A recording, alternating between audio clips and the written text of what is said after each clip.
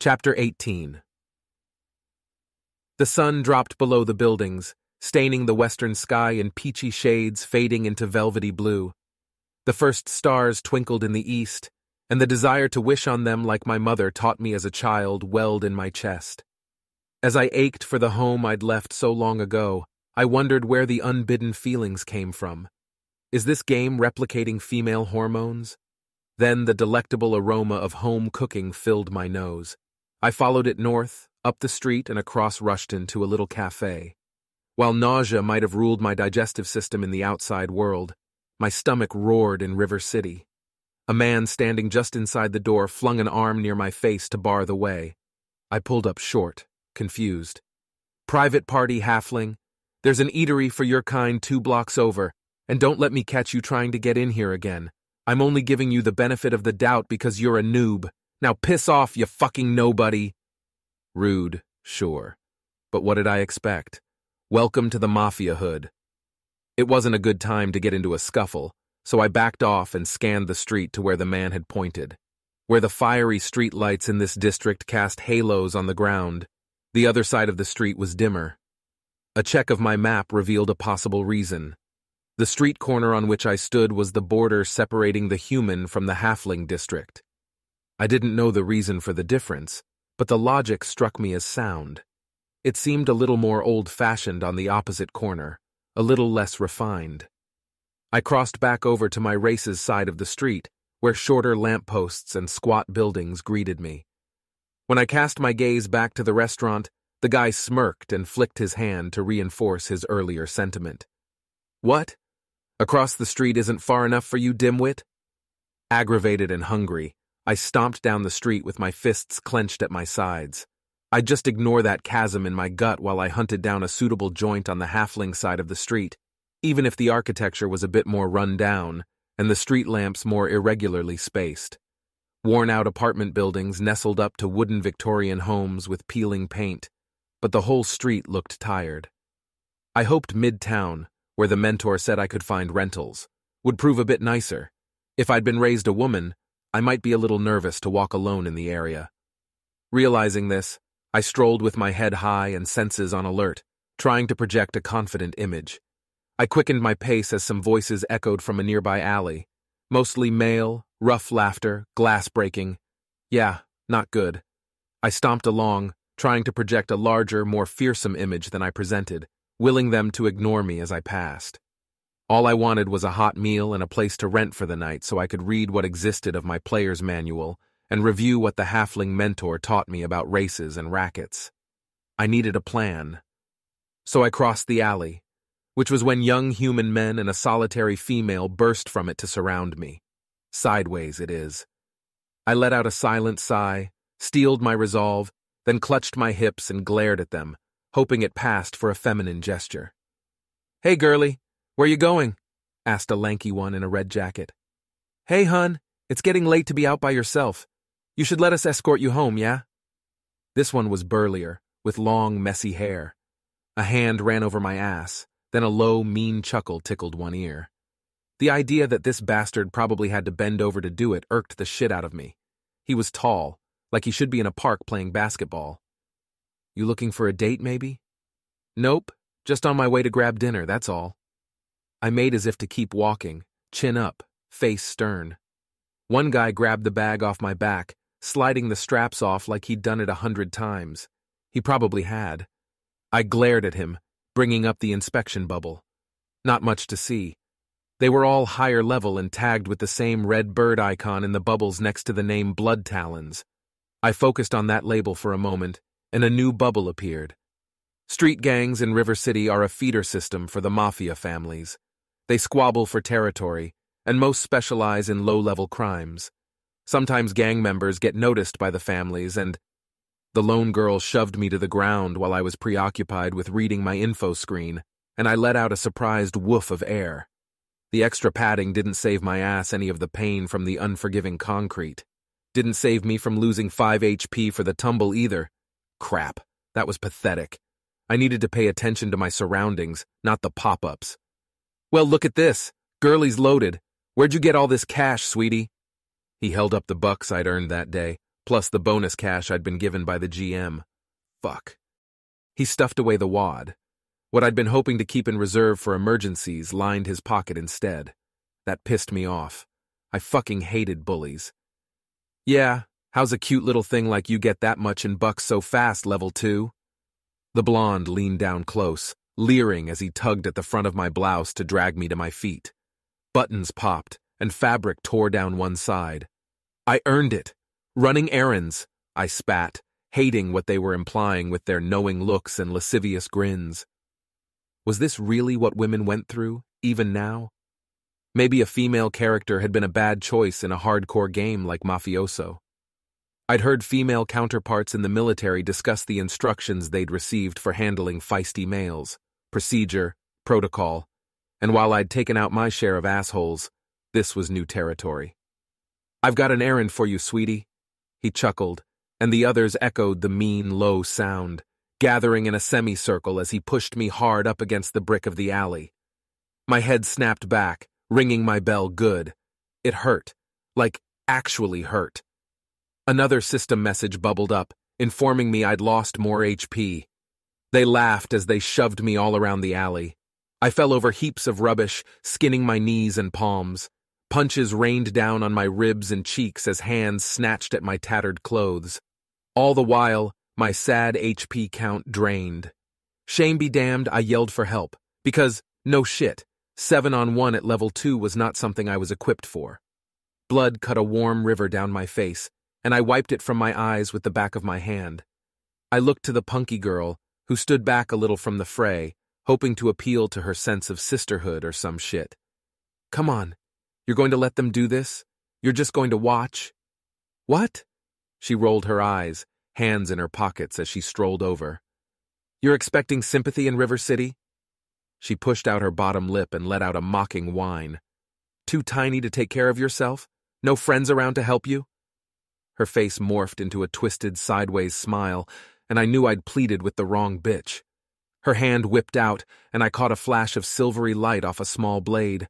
I didn't quite realize what she'd done even as my hand went to my gut. Blood poured between my fingers and down my pelvis. What little light existed in the narrow alley faded. "No great loss, new girl. You can re-roll. Welcome to River City." Before the waning light could transition blackness, she leaned down to show me a toothy grin. "Next time, make friends." Chapter 19. Another flophouse room. More peeling wallpaper. The scent of rat droppings. Not this shit again. I scrambled off the split-seamed sofa and gave a desultory look around the tattered studio apartment. Why in the world would game designers welcome someone to a virtual world in a shithole like this? What kind of tone was Infinity Designs trying to set? I re-rolled as instructed, watching the die bounce across my field of vision with agitated impatience. They fucking killed me. Just killed me. That glorified doorman sent me that way on purpose. I'd bet on it. Fed me to the local street gang. On purpose. And I let him. Like an idiot. I'd been ganked. I fucking had nothing now. Nothing. I spent all day fucking running around town and had nothing to show for it. I barely scanned my stats after they were rolled. Halfling. Level 1. You have not selected a class. Rank. Nobody. You're a nobody. Brawn. 2. Determination. 5. Deceit. 3. Intimidation. 2. Logic. 6. Movement speed. 5. Persuasion. 3. Recovery. 4. Stamina. 1. Vitality. 5. Versatility. 4. Professions. You have not learned any professions. Action skills. You have not learned any action skills. Traits. Survival. 3. +2 racial trait. Intuition. 3. 1 +3 racial trait. Focus. 1. Adaptation. 1. Combat skills. You couldn't fight your way out of a paper bag with a machete. Another slider I noticed next to the skin tone caught my eye for the first time. How had I missed it? Yes! I slid the height option to max this time, disinclined to feel as vulnerable and small as I had before. 5'3" would make me a giant among halflings, and might even deter some from trying to gank me. Good. I might not tower like orcs, ogres, or some humans, but I felt better being within range of average. Now that I'd experienced death for the first time, there was one more consideration. It didn't take much deliberation. I toggled my gender to male, left my appearance pretty much the same, minus the ponytail, and dressed myself in black pants and a burgundy button-up. The sturdiest boots they offered noobs materialized on my feet to complete the look.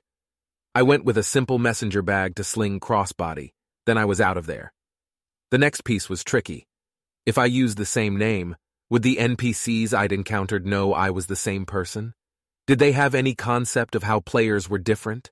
How we re-rolled? Sure, the mentor probably knew, but he was special in the scheme of things. He'd been given the knowledge to serve players. In the end, I chose a male name with a similar sound. I might even be able to pass as Renata's sibling if and when I encountered the Antonellis again. Ronaldo. The system asked me to confirm my settings. A mental click of the button later, and I was out of there. No sooner had my ethereal form transmuted into the physical than my stomach's grumbling set in again. Nasty bit of trickery, returning my appetite to my pre-death state. I'd be lying if I didn't say the blood talons topped my mind when I should have been focused on my real goal. God forbid I caught one of them out on their own someday when I'd leveled up enough to do something retaliatory. You're in a pod in a mountain lodge where two friends are protecting you. They have lives, and they've set them aside to ensure you survive. Focus on disrupting the Rossies, sending the ultimate "don't fuck with me and I won't fuck with you" message. On the street, I realized the starting building was the same, and I got my bearings fast. My heart thumped in fear with an errant thought, but my map still showed the locations I'd discovered. That wasn't nothing, and it was funny how the smallest boon could lift the spirits, especially when I couldn't clear my mind of its thirst for revenge no matter how I tried. Call it ego, maybe a hyperactive amygdala. I paused in the lobby long enough to stick a pin in the restaurant location and mark the alley where the blood talons lurked. I'd crossed to the other side of the street for now, but when I reached an appropriate level for recompense, I'd check it daily. If nothing else, I knew myself. Their deaths would be some sweet XP. Careful, you're starting to think like a gamer. Brenner would be proud. I thought of my awkward compatriot and his birth control glasses, and couldn't help but smile. But the thought that followed that image caused my shoulders to drop as I stood straighter and took notice. The image of the murderous alley bitch's smile. If you want to survive, allies might suit you. They run in packs. Maybe you should too. A little invigorated by the new idea, I made my way to the corner where I'd talked to the mentor, but he wasn't tending his shoeshine stand. My stomach grumbled a reminder, so I decided to follow its lead. I crossed 2 blocks before reaching the alley and approached the square without mishap. The cafe was open, though the hour was late by the game clock that appeared discreetly in the corner of my eye when I thought of it. Considering it had been early morning when I'd been pulled out of Brenner's first pod, that it now approached midnight inside the game served as a reminder that time inside the world passed faster than outside. Best I could gather, it was about a 2-to-1 ratio. 2 hours inside equaling 1 hour outside. The cafe was dead, and a halfling woman wiped the counter from one end to the other when I entered. A quick scan revealed plenty. Peeling paint, shabby upholstery, tattered menus. A single light fixture in the center of the ceiling near the counter. Oil lamps scattered about with low flames to approximate the output of a low-wattage bulb. But the place was mercilessly clean, and the halfling woman provided a lively soundtrack as she polished her way through what was undoubtedly a long night with a peaceful song streaming from her lips. "Welcome to the Bluebell," she sing-songed while tossing the rag into a sink in the corner. Her eyes winked, and I suspected she analyzed me. "Grab a seat wherever you like. Up here is best if you want to chat." That was welcoming. I plopped myself down at the counter. Whether we talked or not, there was no sense in making her run back and forth to one of the tables. When I looked into the big, bright eyes gazing back at me, I found myself hoping I could garner more information about the city through casual conversation. And if she'd analyzed me and offered the best place for discussion, maybe that had been her intent. If so, I liked her already. She slid over a single sheet menu showing the late-night offerings. "Coffee? Tea? Something harder?" "Coffee's fine, thanks," I replied before I thought to check my inventory for bucks. I winced, then brought it up in a bubble. "Wait, what can I get with... Damn. $5? She looked me up and down, paused on the wrist tattoo, then gave an indulgent smile. "We have a noob special, coffee and meal of the day, $5. Hope you like meatloaf." "Love it," I grinned. When she brought my coffee, I slid my entire fortune over the counter. "You're a lifesaver." She scoffed as she stuffed the money in the till on the back counter, then called the order in the general direction of the pass-through behind her. "You've got the look of someone who's had a day. See it all the time. That glint in the eye. You're one of the eights." "Eights?" She pointed to the tattoo and smiled. "We call the ones with the tattoos eights because, well, you get it, yeah?" I allowed myself a weary nod. Infinity was just an 8 on its side. Although it wasn't my intent, I supposed it couldn't hurt if a bit of background tugged at her sympathy strings. Spent my whole day running errands to get some bucks. Lost it all when a Goomba sent me the wrong way for dinner. Blood talons grabbed me, and that was that. She eyed me up and down. "Well, at least they didn't bloody you up. You got off lucky." NPC. She doesn't seem to know about re-rolls. Now that I think of it, we can't discuss the outside world either. So that would make the most sense. But it seems she knows we're different, somehow. To think if I'd had this bit of information, I could have asked the mentor about specifics. But since I just dropped my only $5 on a meal, that wasn't happening anytime soon. I banked away the experience for future reference. "If you call getting robbed lucky, sure." She blew out a long sigh, shaking her head. "Asshole at the restaurant, Joe's Eats, yeah?" I showed her a half-sideways grin. "So, you know the place." She nodded, her bottom lip inflating in a gesture of sympathy. "City's filthy with gangs. You've got to be careful, especially at night. Well, night, day, doesn't really matter anymore, I guess. They're always looking to expand. The gangs fancy themselves families on the rise, and we've seen some of them work for the local families for a while, then try to take over. Bloody street wars have ensued, but we haven't had one of those since the Purge." "Purge?" "Yeah, when guns were outlawed internationally." "Wait." I raised one hand, cocked the thumb, and pulled an imaginary trigger with the index finger. "Like, bang bang?" "Yeah." She chuckled and mimicked my gesture. "When the Kimuras first arrived, they had the weapons market cornered. No matter what kind of wand you carried, a good old firearm usually ruled the day. There were exceptions, of course, but frost wands were rare back then. Funny how things have flipped." She waved a dismissive hand. "Sorry, I prattle on sometimes. No, you have my rapt attention. So there were guns, but not anymore." Another train of thought rode my tracks, one that might get me the lay of the land. The Purge ended the wars between families? I'd call it more of a pause. Sooner or later, someone is bound to step off their turf and wiggle their way into another family's enterprise. Other kinds of weapons rule these days. Couldn't find a gun anymore to save your life. She smirked and tossed off a shrug. That meant no one was packing heat. If Infinity wanted firearms gone, they'd be gone. Tech eliminated. Not even underground? Not even underground, she echoed. Not a family, not a gang member. No one can lay hands on them anymore. Since so many of the gang members are eights like you, and their spirits have been known to recycle, however the hell that works, the families send them unique kinds of messages, the kind that last a long time. The Blood Talons are a bunch of kids, but they survive. You can bet they're in cahoots with someone, but they're different from other gangs that have passed through or ranked up in River City. How are they different? Because they don't advertise who they're in cahoots with. Most gangs use family names to protect themselves. Thus, we came full circle. Back to the family gang connection.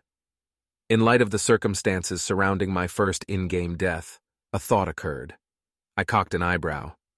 I'm a noob, and I could venture a guess who they work with. I elaborated. She chuckled. The doorman at Joe's Eats? You get me.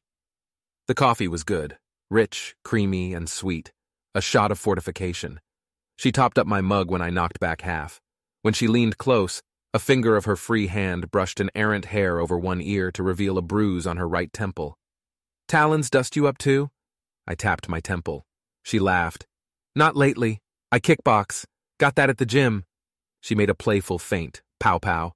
Gotcha, gotcha. A woman's got to be able to take care of herself in a place like this, yeah? Noob or not, you've got that right. She stood straight, deposited the pot on the counter behind her, then pressed a hand of splayed fingers to her chest. That word doesn't bother you, does it? Noob? Some eights take exception, and others don't seem to care, almost like they expect it. I'm not that egotistical. After all, I turned both hands over, I am a noob. Order up! A man barked from the back as if to be heard over a crowd despite our being the only 3 people in the place. She fetched my plate from the window, then leaned against the back counter with her hands pinned behind her backside while I dug in. Must be lonely working here this time of night. Just her and whoever is manning the kitchen. Boring, too, judging by the exacting cleanliness of the place. I'm Ren, I said once I'd swallowed the first bite from the plate heaped with meatloaf, potatoes with gravy, and fresh veggies. The tastes and textures were all so vivid, I had to remind myself this was a game. An incredibly realistic virtual world. My tongue couldn't tell the difference, and the mouthfeel was authentic in a way I hadn't really clocked before. I had to remind myself not to squish the food around in my mouth just to marvel at it. But I also tried not to rush the eating. Who knew when I might have the bucks for another meal? Despite some early success, before the initial outcome anyway, I couldn't rely on quests falling in my lap. Tansy. Good to meet you. If it doesn't bore you, what else can you tell me about those gangs? Since I recalled how trainers were located in proximities to gyms from my conversation with the mentor, and since she'd indicated she was into kickboxing, I queued up my questions about the gym. If I could bolster my brawn and other attributes through workouts, it would serve me to learn all I could. A little light dinner banter? Well, let's see. You noticed the icon for the blood talons, so you figured out that's the symbol of a public gang. They're big on intimidation and pulling bullshit, petty crimes, anything that gets them rep. Good. Straight talk, complete with a bit of swearing. I watched her body language as she spoke, looking for tells, but she seemed authentic enough to me. Cute, too, in that halfling way that made everyone look like teens sporting a smidge of baby fat. Her face was animated when she talked, hazel eyes bright and unafraid to meet my gaze. She had a habit of twirling her honey-brown ponytail around her finger as she chatted while gesturing with her other hand. It was disarming, but I knew I should keep my guard up until I knew her better. The private gangs posed the bigger threat. Private? What's the point if everyone's in it for the rep? They're gangs, but their icons and names won't always show up when you analyze them. If they use masking scrolls or potions, you won't know a member is standing next to you, scouting you out, maybe listening in on your secret business. She widened her eyes dramatically, casting mock suspicious looks left and right. Keeping a low profile will benefit you, as it does for them. I analyzed her and noticed again how, now that she'd given her name, it appeared instead of unknown halfling. There was more information than before, but I didn't want to seem rude, reading her while we were talking. Are you in a private gang? I teased. She leaned forward conspiratorially. I might be, she stage whispered, then broke out into laughter that brought a genuine smile I couldn't repress. It warmed me, that smile. Anyhow, she went on, resting her butt on the back counter between the bin of bundled silverware and mugs lined meticulously on a tray. The private gangs are often looking to become a crime family. Some will rank up, then hit the docks to buy passage to a more lucrative city. Or one with higher-level content, I didn't say aloud. They keep their business on the down low because people know to be wary of them. They bust heads, but they're quiet about it. You just know when you're dealing with them because by the time they've established enough connections to become a private gang, their reputations precede them on the streets. Unless you're a noob like me, I walked right into that ambush. I snorted at myself. Well, true. Joe's got a reputation for being a total dick.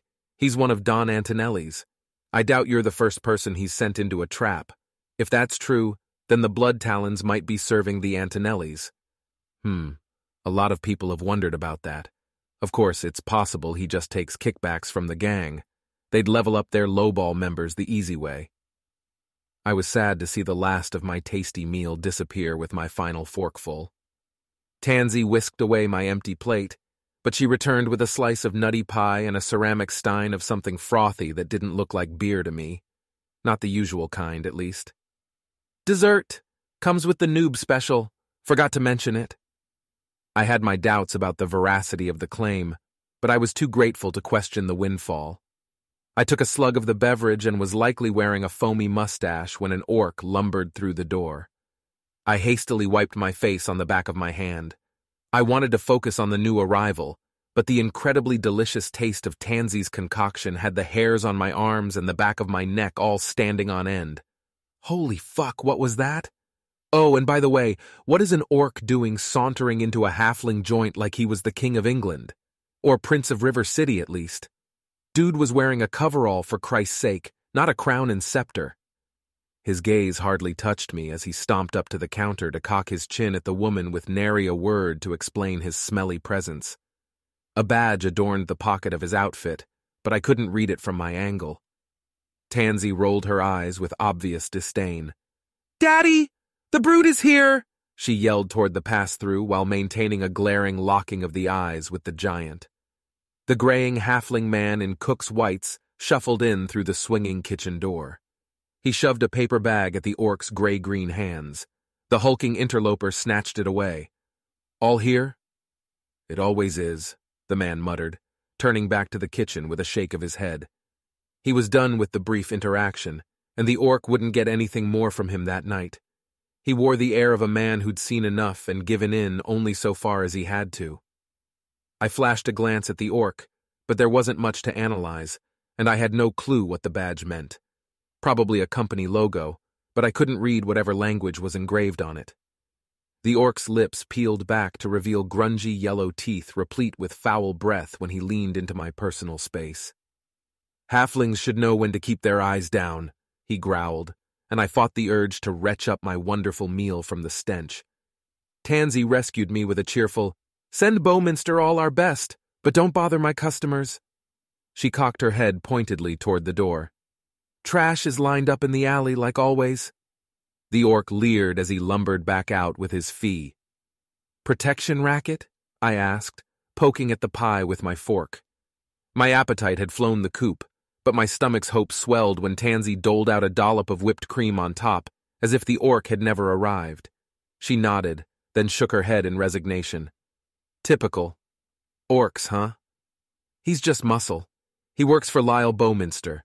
Goblin bastard would be taking a dirt nap by now if he didn't pay those guys a king's ransom to keep him safe."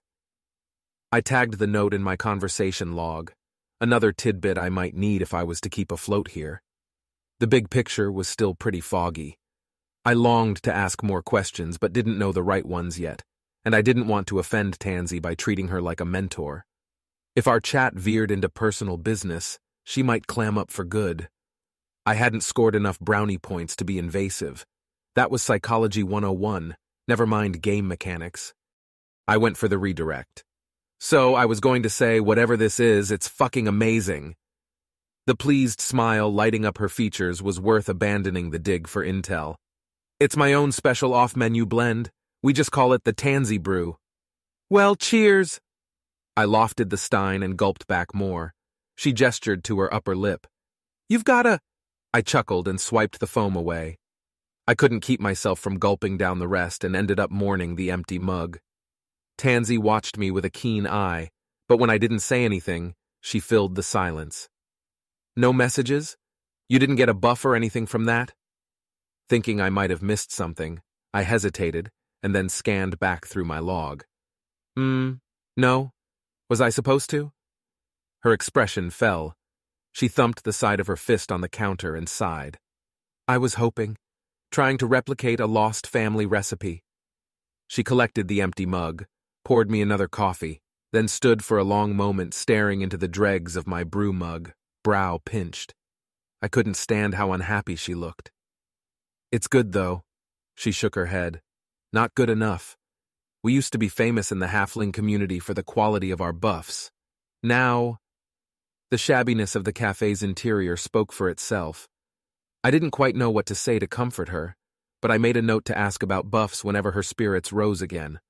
Her bubble popped up when I focused for a long moment, and a line marked Professions caught my eye.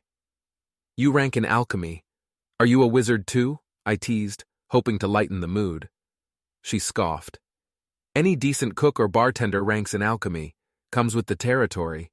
Clearly my alchemy isn't up to snuff. She bashed the mug down into the dishpan on the counter as if she bore it a grudge. Okay, time to change directions. So, you box at the gym? She wheeled, stared at me for an uncomfortable moment, then her shoulders dropped. Trying to take my mind off my failures. Something tells me you're a sweet guy. Embarrassed like some preteen by her compliment, I shrugged. I'm looking for gigs that might make some good money, like fights. It wasn't a question. She nodded as though she'd been expecting it. Good money in the underground fights if you've got the chin. Underground struck me as dirty. Maybe fewer rules to control fighters. That sounded very interesting. Could my experience make up for my lack of attributes? There were bound to be restrictions. Maybe Tansy was a workaround when I lacked the funds for the mentor. Not that I'd intended to use her in some slimy way, but it occurred to me that I'd been talking to an NPC and was amazed at how easy that was to forget. The things they did with games those days. I've done some martial arts, but I'm such a low level. Would I be eligible for that kind of thing? They match people of similar levels, so that's not a problem. I mean, you'd do better to level up some first, but they sort by weight class. Provided the right people show up, that is. If not, you're out of luck. You don't want to fight against heavier opponents until you're stronger. No money in getting creamed. She laughed, resting her butt against the back counter again. Then she cocked her head as she looked me over, as if seeing me anew. You're probably a middleweight as our kind go. You could bulk up and go for light heavyweight, but I can't see you dropping down to lightweight. I patted my midriff, chuckling, though I wasn't in the least bit chubby. No doubt if I eat here enough. So does it pay well? For the fighters, I mean? She nodded enthusiastically. Oh yes, top ranks get sizable purses, especially if they're popular with the audiences, and fighters can get a lot of side work, if you know what I mean. Her lips twisted, and I wasn't sure she approved of that piece. Noting how an orc had just shown up to take the cafe's money, I could see why. Her gaze darted toward the pickup window to the kitchen with meaning. Daddy probably didn't like her fighting. Not that I'd know much about all that. It's dangerous. Some matches are to the death. Wow, that's serious. Only if you die. I hung around another hour while I picked at the pie, some special berry blend, and drank another round of tansy brew with her.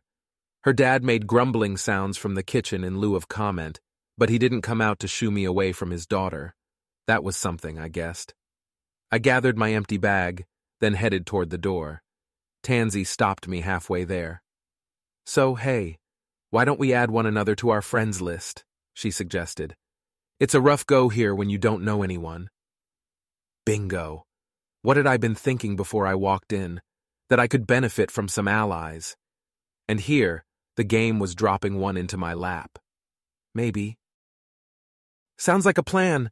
I frowned, thinking friends list, and it came up in a bubble before me. Blank, of course. I thought Tansy, and after a moment it read, Tansy Bluebell has accepted your friend request. Her name appeared on my list. Okay, got it. Ronaldo Cobb, she read from her own bubble screen.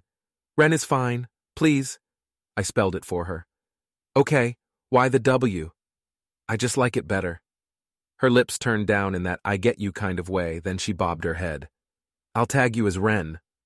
I thought tag and the interface option to assign a nickname along with her current location popped up. Interesting, tagging people in my lists would be useful. I noted that she worked at the Bluebell Cafe just to try out the feature, and to my surprise, my mini-map's frame flashed, then a little red pin appeared at the location. Badass. Okay, see you again. Don't make it weird, dude. Then I took my leave. A yawn took me by surprise, and I realized I needed somewhere to rest. But why? It was a game, right? Who would sleep in a game? As if in answer, a new bubble popped up. In an effort to maintain maximum performance and a seamless experience for our players, all players below level 10 will become sleepy every 8 hours. While you are not forced to log out during this period or sleep in-game, It is recommended that you log out every so often to take care of your real-life needs. The need to rest decreases every 10 levels. I wondered if I should log out to check on the guys. I didn't have even $1 left to rent a room. Maybe there'd be a hostel that took IOUs. I laughed at the idiocy of it as I stepped out onto the sidewalk.